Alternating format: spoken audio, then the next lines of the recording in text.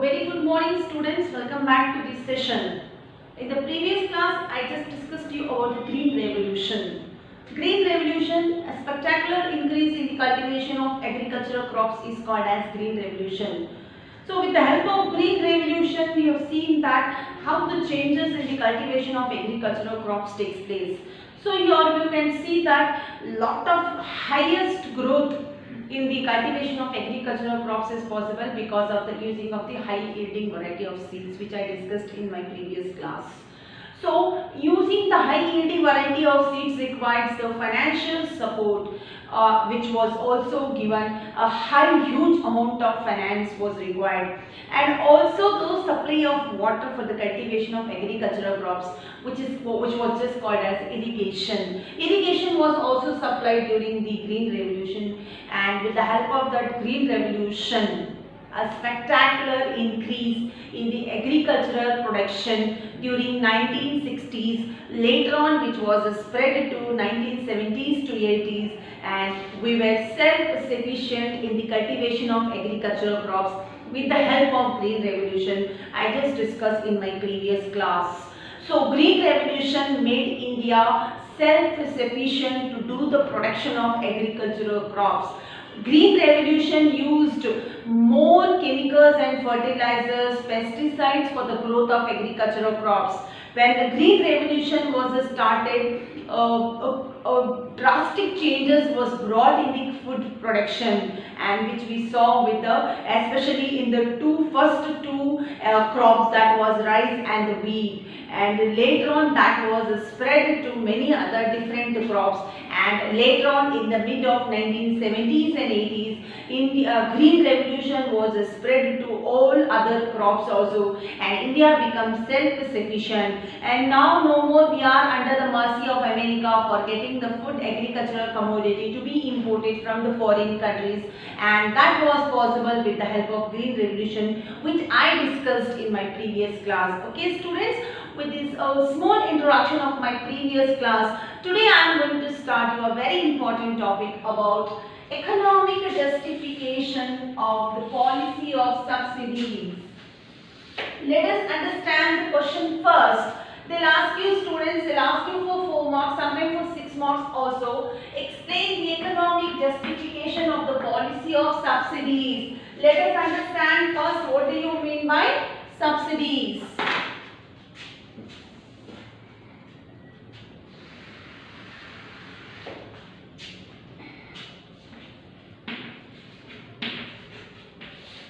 As I told you, a huge amount is required. Economic justification of the policy of subsidies. Subsidy is a policy. What do you mean by policy?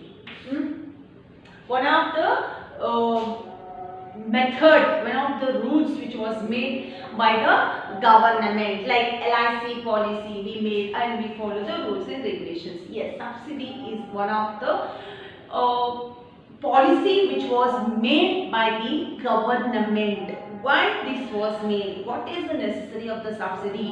What is the argument for and against the subsidies which was introduced by the government? I am going to discuss in my today's class, dear students. So let us see what is this. They'll ask you first, explain the economic justification of the policy of subsidies.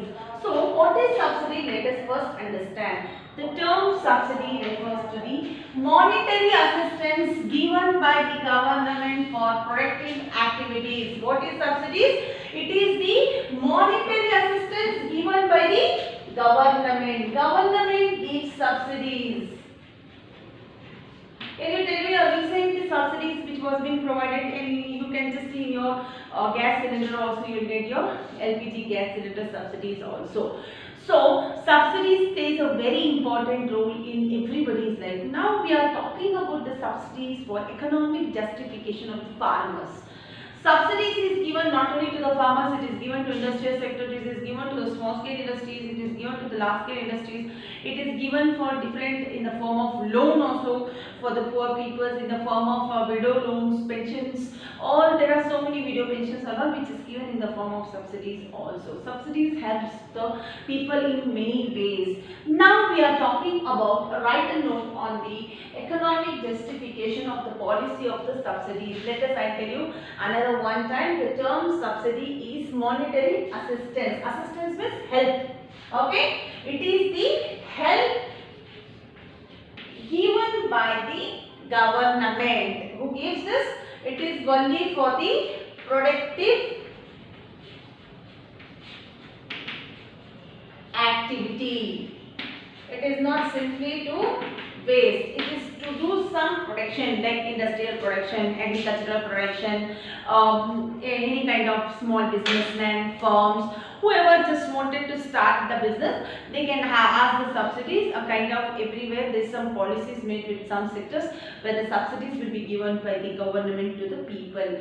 Now, subsidies is what, students? Subsidies is a monetary assistance given by the government for the productive activities. So, economic justification now. What is the economic justification for the policy of subsidy? So, subsidies, when it was given, economic justification of subsidies of agriculture is highly debatable. So, now we are talking about the subsidies for agriculture. What is agriculture? Farming, cultivation of agricultural crops. Doing the farming, farmers do the cultivation of agricultural crops. Now we are talking about the subsidies. So the economic justification on the subsidies given by on the agricultural is highly debatable issue. What do you mean by debatable issue? Yes, everybody discussed. They told why the subsidies are given to the farmers. Why the subsidies are required for the cultivation of agricultural crops. That was a very important debatable issue. So, here what happens, it is generally argued that it is necessary to give subsidies to provide incentives. So, they argued that subsidies, yes, first argument was that, yes, now a debate is going on here, that for and against of what? That subsidies, the help, assistance given by the government for the productive activities for the cultivation of agricultural crops is necessary or not. Now we are going to do a debate on this. Yes, some of the economists argued that yes, it should be given as an incentives to adopt new technologies. So first they told that any kind of new technology, example I told you green revolution. In the previous class I discussed.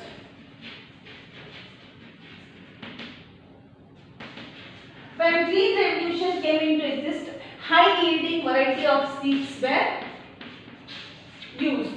Farmers find that as very risky using because purchasing H1B seeds required huge amount of financial help. So farmers, when they wanted to, because in the olden days farmers used to do the old method of cultivation of agricultural crops using bullock carts for the farming and cultivation. Now we have, instead of using the bullock carts, we have tractors. We have tractors for the cultivation of agricultural crops. Any new technologies, instead of using old method of organic farming, compost and all, the farmers started fertilizers and chemicals, and any new technology was looked as a very risky by farmers. Okay, certainly they don't agree to adopt new technology because farmers are illiterate. They do not adopt new methods in the cultivation of agricultural crops. Then, as an incentive, they argued that such subsidies should be given to start a new business for them, to encourage to start new methods of cultivation of agricultural crops. Subsidies benefited the farmers in a very prosperous regions also. The subsidies, when the farmers gave subsidies for the farmers, it was benefiting. It was just benefited to the farmers in a very prosperous manner. What do you mean by prosperous regions? A very required regions required these subsidies, and it was encouraged by the government. So here what happens? Subsidies subsidies, when the new technology is being adopted by the farmers, they find this as a very risky. Farmers find that as very risky. Further, subsidies meant to benefit the farmers, but the substantial amount of fertilizers are benefiting the farmers among small farmers. The subsidies largely spread to the farmers in the most prosperous region, and therefore they also, so some of an economists believe that adopting new technology will be profitable and widely spread. Subsidies should be spread and it should be used for the purpose. So subsidies, some argued that subsidies is required for the farmers because they don't adopt new technology very easily. And when subsidy, in the form of subsidy, when the government is providing the seeds to grow the crops, definitely they have got a subsidy and then start growing the crops. And definitely the crops, the seeds which is through the green revolution, it will spread in different ways. So here what happens, with the help of this green revolution, the cultivation of agricultural crops is very possible. So the subsidies benefited the farmers in a very prosperous forms, Further, okay, then it is argued that no case for continuing the fertilizer subsidies. Later on, some of the arguments was that further subsidies are meant for the benefit of the farmers with a substantial amount, and later on they argued that farmers in no case it should be continue the fertilizer subsidy, because continuously if farmers are getting the subsidies to start their business, for a limit it has to stop, and later on huge burden, it will be a huge burden on the government. So financial help, this is subsidy is a financial help which is given by the government.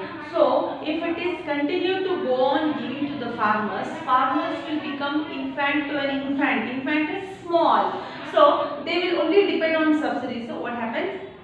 Once the business is started, once the farmers are used with the new technologies, the subsidies should be stopped. So now what is our argument for economic justification of the policy of the subsidy is that now subsidy, the monetary assistance given by the government for the productive activity is being done, and now what happens, new technology is very risky by the farmers. So the new technology which is very risky by the farmers was also done, and subsidies benefited the farmers in a very prosperous manner, as I discussed. And now with this we have understood that subsidy is very necessary for the cultivation of agricultural crops. But here what happens, no case this subsidy should be continued by the government. Why it should not go on continuously? Because if subsidy is continuously given to the farmers, they will just depend on subsidies and they will not try to on their own. So here what happens, once if it is benefited to the farmers, it has to be withdrawn and it has to be utilized to some other sectors. So because if it is go on continuously giving, it will be burden on governmental finance. Yes, giving subsidy is a burden on government finance. Government by collecting the taxes, the revenue is being collected by the government, and that is in the form of subsidies. It goes on wasting. The economic infrastructure will not develop. Are you getting what I mean to tell, students? So subsidy is given to the farmers. Once if it is benefited, it should stop. Okay, so our economic justification. So economic justification of the subsidies to the farmers is, yes, subsidies, finally we have come here that monetary assistance, financial assistance which is given by the government to the farmers, it should be given to a period of time, and later on it has to be stopped and it should be withdrawn. It is very debatable issue, and now we have come to the conclusion that yes, subsidies are required because agricultural cultivation is a very risky business, and once it is benefited, it has to be stopped and it has to be given to the different other field also. So this is about the economic justification of subsidies. I think so you have heard many of the subsidies for the students' education also. There are so many loans which is given for the small enterprises also in the form of subsidies. I'll just revise the students here. So they'll ask you, write a short note on economic justification of the policy of subsidy. So what is subsidy? Monetary assistance. This is the meaning you need to know. Okay, this is the meaning. Monetary assistance for the government for productive activity. So first is, yes, they have argued that it should be given as an incentives, as a kind of help. Okay, as a kind of promotional help. New technology will be a risky business. Subsidies benefit the farmers in a prosperous region, and no case the continue to fertilizers for the fertilizers and chemicals. It has to stop for a given extent. So I think so you have understood about the subsidies also, students. So if you have understood, I will continue with the next class. Okay, students, thank you.